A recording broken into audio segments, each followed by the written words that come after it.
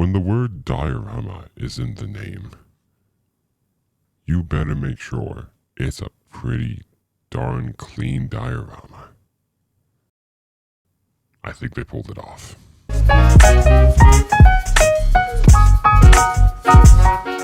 Hello everyone, MSW here, and today we are looking at the LEGO Star Wars set number 75352, the Emperor's Throne Room Diorama. This set was launched in May of 2023, retailed at $99.99 USD, has 807 pieces, and comes with 3 minifigures. Let's get into it.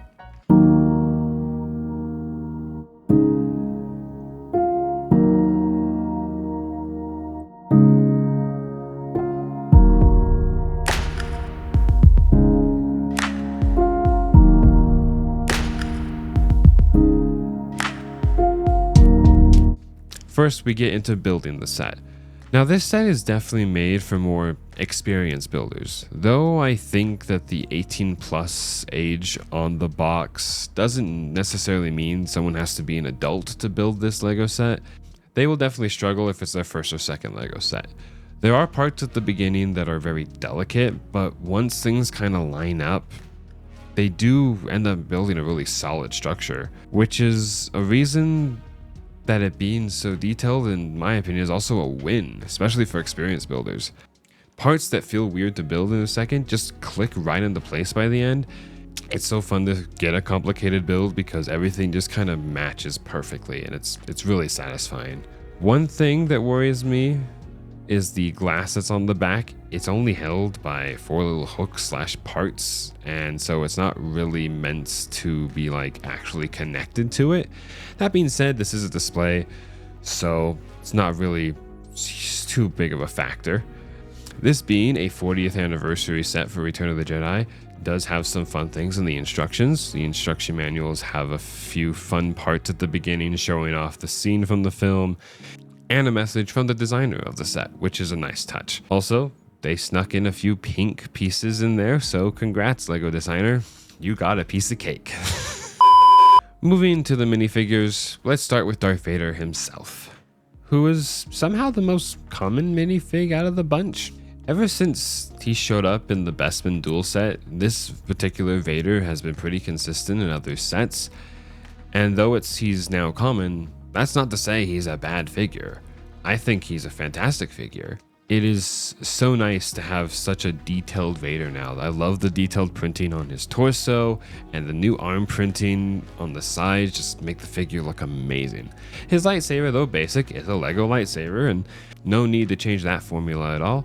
I also love that the head under the helmet pops off to show a frailed Anakin, and having the detail both on the front and the back is a nice touch. And as someone who has been into LEGO for years, though I have nostalgia for the original one-piece helmet that they used to make, I think this newer helmet design that pops off as 2 parts is such a cool update to that piece, and I'm always happy to see it whenever he shows up in a set. Moving along, we come to the hero of this set, Luke Skywalker. And I gotta say, there are parts I like, and then there are parts that I find missing, even though they aren't, if that makes any sense. His torso print is great. The hairpiece is pretty accurate to Luke's hair in the film. I like that once again, updated pieces are just more accurate to the show itself. And his lightsaber is good as any lightsaber that LEGO has ever made. But the rest of it just feels, well, blank, and for good reason. The rest of his outfit's just black, which on the one hand's a little boring, I'll admit, but on the other hand is exactly what he is wearing in the film. So I can't sit here and say he's not correct. It just feels like compared to Vader, he's a little plain, which is kind of weird to say. The other thing about this figure that doesn't make me hate the figure, it makes me question some things, is the decision for the 2 faces. One of them has a smirk, and the other has a very stern, serious face. And on the one hand, I get it. You want a confident face, and you want a serious face. You want those 2 faces for your set. That makes sense. That's usually what LEGO does. But in this particular scene, in the film at least, I don't remember Luke smiling that much. Maybe a few times before the fight happens when he feels super confident, or also maybe at the end of fighting Vader when he throws his weapon aside and announces himself as a Jedi. That's really the only times I remember him having a smile at all. Every other time, it's either a concerned face or a face in pain because he's being electrocuted. And so personally, with how this diorama is set up, being that you can set the diorama to show off either the fight or the scene of Luke being electrocuted, I would have preferred maybe a serious face, and then after that, maybe a face in pain, since those were the two scenes LEGO was pushing to display. Now, of course, again, that being said, he's still an accurate figure. I like the figure a lot, and I can see where LEGO was going. So overall, I'm still fine with him. It's just decisions that I thought I would make versus what LEGO made, and neither is wrong, just different. And lastly, we have Emperor Palpatine. He again is accurate, but also it means he's a little boring. His robes are printed down onto his legs, which is a nice touch, I do appreciate it. But like Luke, he's mostly just a black outfit figure, which again is accurate, just a little boring though. Instead of a lightsaber, he comes with a set of electric shocker pieces, which I do love and in my opinion is accurate to the scene. He doesn't wield a lightsaber in episode 6. That makes perfect sense. My one only gripe with this figure is probably his regular expression. And this is a problem that LEGO has been doing recently that has been really frustrating. He's missing his pupils. It's just kind of disappointing. I think he should still have some black pupils around those yellow eyes on his main head. And then when you swap it to his evil looking face, guess what? Take the pupils out. That evil face looks really good, and the pupils being gone would make him more terrifying. But, I mean, hey, it's a problem that LEGO has been dealing with for a while. Hopefully they'll make a change to it soon. But overall, other than that, I think he's a good enough figure. And that's kind of what we need in this set, is just good enough. Moving on to the build. It's great. Genuinely, I love this.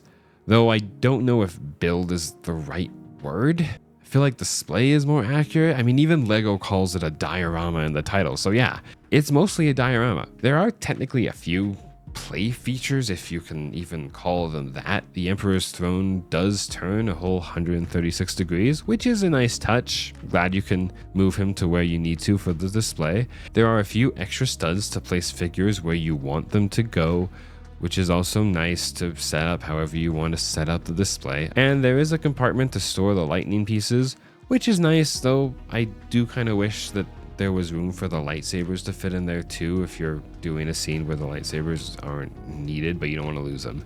But yeah, this is a diorama, so of course play features are set aside because it needs to look pretty, and boy does it look pretty. The front of course has a nice quote plate and the 40th anniversary brick on the front. They are both printed. Thank you, LEGO. That's so great.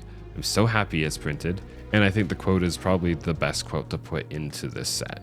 Other than that, it is just a build, but it is a beautiful build. I love the look of this set. The way they were able to get the round Death Star window looking so good. I love how the throne is actually built and it looks accurate. It isn't just a seat for minifigures, it's actually built. And it's the throne room.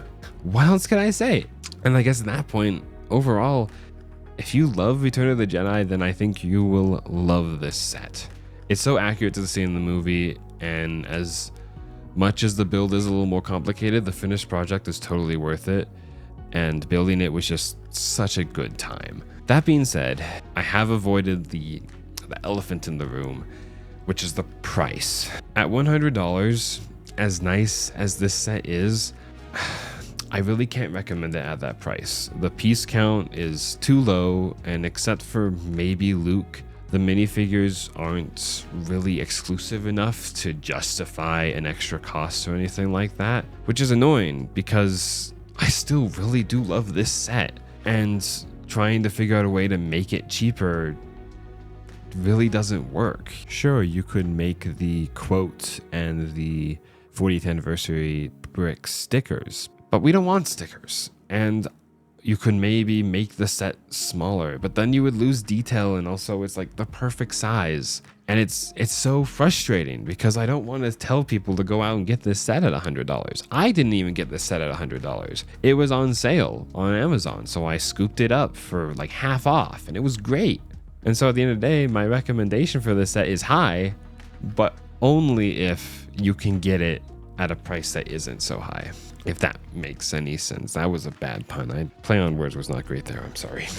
And that's about it. Thank you all for watching. Make sure you like this video. Comment down below how you feel about this set.